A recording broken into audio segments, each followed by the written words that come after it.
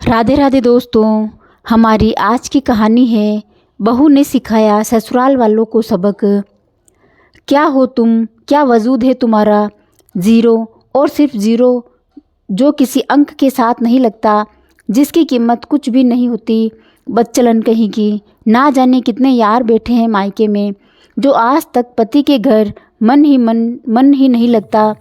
हमेशा की तरह आज भी अजय राधिका के आत्मसम्मान को छलनी कर रहा था। पर आज राधिका से बर्दाश्त ना हुआ और उसने सब मेहमानों के सामने एक जोरदार तमाचा अजय के गाल पर रख दिया। पर जैसी ही अजय ने पलटकर उसे ये कहते हुए थप्पड़ मारने लगा कि तेरी इतनी हिम्मत, इतने में ही राधिका ने उसका हाथ पकड़ लिया और दूसरे गाल पर भी एक जोरदार तमाचा रख दिया। इतने में सास तमतमाते हुए बोली, तेरी इतनी हिम्मत कैसे हुई मेरे बेटे पर हाथ उठाने की? तुझे तो मैं बताती हूँ अभी। खबरदार, जो एक कदम भी आगे बढ़ाया तो जो आपके बेटे के साथ हुआ वह आपके साथ भी हो सकता है। बहू का ऐसा रुद्र रूप देखकर पूरे घर में सन्नाटा छा गया। सब मेहमानों पर राधिका के इस रूप को देखकर अचंभित रह गए। अब से तुम माँ बेटे की उल्टी गिनती शुरू हो गई। जितनी मिन्नतें, जितनी दुआएं करनी है कर लीजिए। राधिका के मुंह से ये शब्द सुनकर उसकी सास के कदम वहीं रुक गए। अक्सर ऐसा ही सन्नाटा पसर जाता था जब अजय राधिका पर गुस्सा होता था और उस पर हाथ उठाता था। राधिका एक पढ़ी लिखी समझदार लड़की थी। उसके ये संस्कार ही थे जो अब तक इस अनचाहे रिश्ते को निभाती आ रही थी। राधिका की सास ने उसके पापा से यह कहकर उसका हाथ मांगा था कि आपकी बेटी हमारे घर में राज करेगी। नौकर चाकरों की घर में कोई कमी नहीं है और ना ही हमें दहेज चाहिए। शादी के कुछ महीनों तक तो सबने ठीक रखा, पर फिर सब ही ने रंग दिखाने शुरू कर दिए। अजय बात बात पर उस पर हाथ उठाता और सास भी जब चाहे उस पर अपना हाथ साफ कर लेती थी।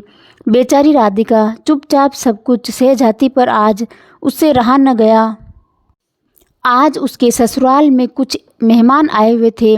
बेचारी राधिका सुबह से ही नौकरों की तरह काम में लगी हुई थी और उसे आज थोड़ा बुखार भी था। सासू माँ से उसने कहा भी कि आज उसकी तबीयत सही नहीं है, आज मुझसे इतना काम नहीं होगा। लेकिन सासू माँ ने एक ना सुनी और उसके गाल पर एक जोरदार तमाचा लगाते हुए कहा, इस घर में तेरी हैसियत एक नौकरानी की है। चल जाकर चुपचाप काम कर, वरना धक्के मार कर घर से निकाल दूंगी। बेचारी राधिका चुपचाप अपने काम में लग गई। वो जैसे ही खाना सर्व कर रही थी तो उसके पति के कपड़ों पर खाना गिरने से उसके सारे कपड़े खराब हो गए। बदतमीज़ औरत, खाना परोसने की भी तमीज़ नहीं है। अब खड़ी क्या है, यहाँ जाकर कपड़ा लाकर इसे साफ कर। अजय उसे बुत बने खड़ा देखकर उसे धक्का देते हुए बोला। आज राधिका से बर्दाश्त ना हुआ और वह बोल पड़ी, क्यों, नौकरानी हूँ क्या तुम्हारी, या खरीदी हुई दासी? नहीं नहीं, मैं तो तुम्हारी नज़रों में जीरो हूँ। जीरो जिसकी किसी संख्या के बिना कोई वजूद नहीं होता। मतलब तुम्हारे बिना मेरा कोई वजूद नहीं, यही सोचना है ना तुम्हारा? तो मिस्टर अजय, एक बात, कामबॉय, सॉफ्टवेयर इंजीनियर इतना तो जानते होंगे कि जीरो जिसके साथ लगता है वह उस संख्या की कीमत 10 गुना बढ़ा देता है।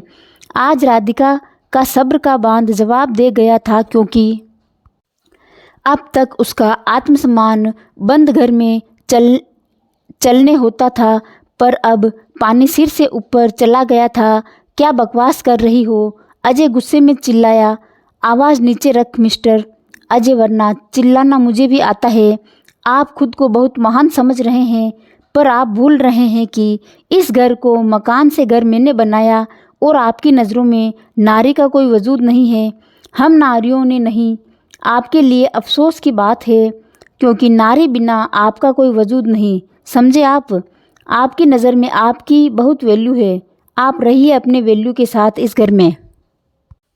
मेरी आपसे मुलाकात अब कोर्ट में होगी। यह बोल राधिका वहाँ से अपने कमरे में आ गई। उसने अपना सामान पैक किया और अपना सामान लेकर बाहर आते हुए अपनी सहेली के पति को फ़ोन पर बात करते हुए कहती आ रही थी, जो कि अभी अभी उसी शहर के थाने इंचार्ज बने थे। राहुल जी, मुझे एक रिपोर्ट लिखवानी है अपने पति और सास के खिलाफ घरेलू हिंसा के विरोध में। बस 10 मिनट में पहुंच रही हूं। इतना सुनकर अजय और उसकी माँ के तो होश ही उड़ गए। सभी मेहमान भी हक्के बक्के रह गए, क्योंकि अजय को बिल्कुल भी उम्मीद नहीं थी कि राधिका ऐसा भी कोई कदम उठा सकती है। दोनों माँ बेटे सभी मेहमानों के सामने राधिका के पैरों पर गिरकर माफ़ी मांगने लगे और सासू माँ बोली, बहू ऐसा मत कर, हम माँ बेटे कहीं के नहीं रहेंगे, ऐसा मत कर, अब से जैसा तू चाहेगी वैसा ही होगा, जो भी तू कहेगी हम करेंगे, बोल तुझे क्या चाहिए। राधिका बोली, ठीक है, ये घर आपको मेरे नाम करना होगा ताकि मेरा इस घर में कुछ वजूद हो। माँ बेटे ने फटाफट वकील को बुलाकर कागज़ तैयार करवाए और घर राधिका के नाम कर दिया। राधिका बोली, लेकिन याद रखना, अगर आप लोगों ने दोबारा ऐसी गलती करने की कोशिश भी की तो मैं आप लोगों को इस घर से उठाकर बाहर फेंक दूंगी, और जो अब होते होते रह गया वो मैं हकीकत में बदल दूंगी। सभी मेहमानों ने राधिका के लिए ताली बजाई और कहा, सही किया राधिका, तुमने ऐसे लोगों को सबक सिखाना जरूरी था। मेहमान अजय और उसकी माँ पर थू थू करते हुए चले गए। उधर राधिका आज अपने आप को बहुत हल्का महसूस कर रही थी। अब घर में वैसा ही होता था जैसा राधिका चाहती थी।